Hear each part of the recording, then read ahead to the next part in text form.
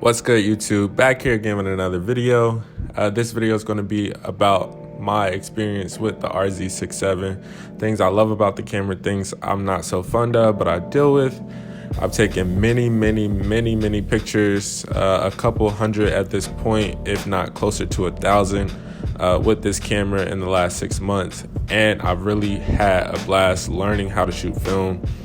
This is my first film camera, so it was a big learning curve, but I think I've sort of gotten used to it and found the films that I like and found the films I don't like, and altogether had a good experience. But let's get into this video. So the first thing I want to talk about with this camera is its workflow.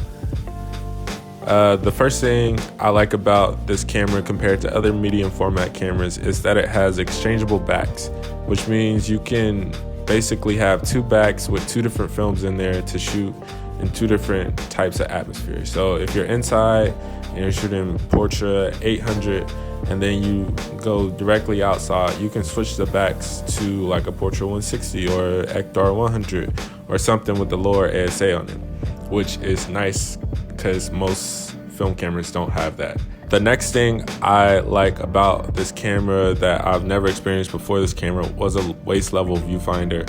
I find this very appropriate for myself because I am really tall. I'm about 6'5" in height, so most of my subjects are shorter than me. But having a waist level viewfinder is great for me in that aspect, and you can see the full frame in the waist level viewfinder versus having an eye level viewfinder. You will have to kind of look around the frame to see it all at one time. So the next thing that brings me to is the lack of a light meter when using the waist level viewfinder.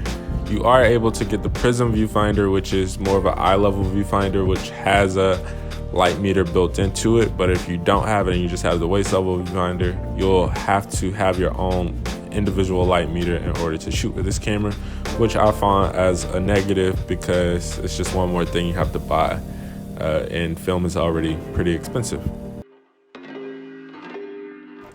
So the last thing that I want to talk about with this camera is the quality of the camera. The quality of this camera is honestly crazy, and I know what film quality comes from your scanner.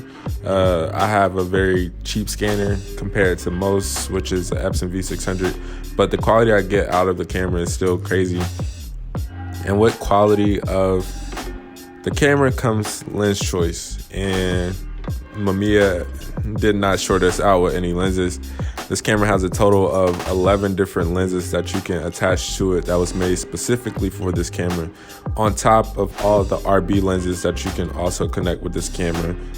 Focal lengths ranging from 37 millimeters all the way to 500 millimeters, which I think is crazy. I've never seen anything above a 180, but they do have more lenses out there. I'm pretty sure some of them are very rare to come about, because I couldn't imagine someone shooting at 500 millimeters with this particular camera because it's not the easiest to shoot with.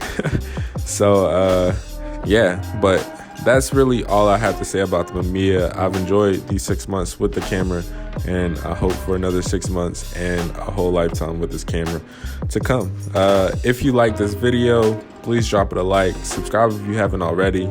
If you have a video that you want me to make, please comment below what video it is, and I will try my best to make that video for you as soon as I can. Stay safe, stay healthy, and I'll see you guys next week.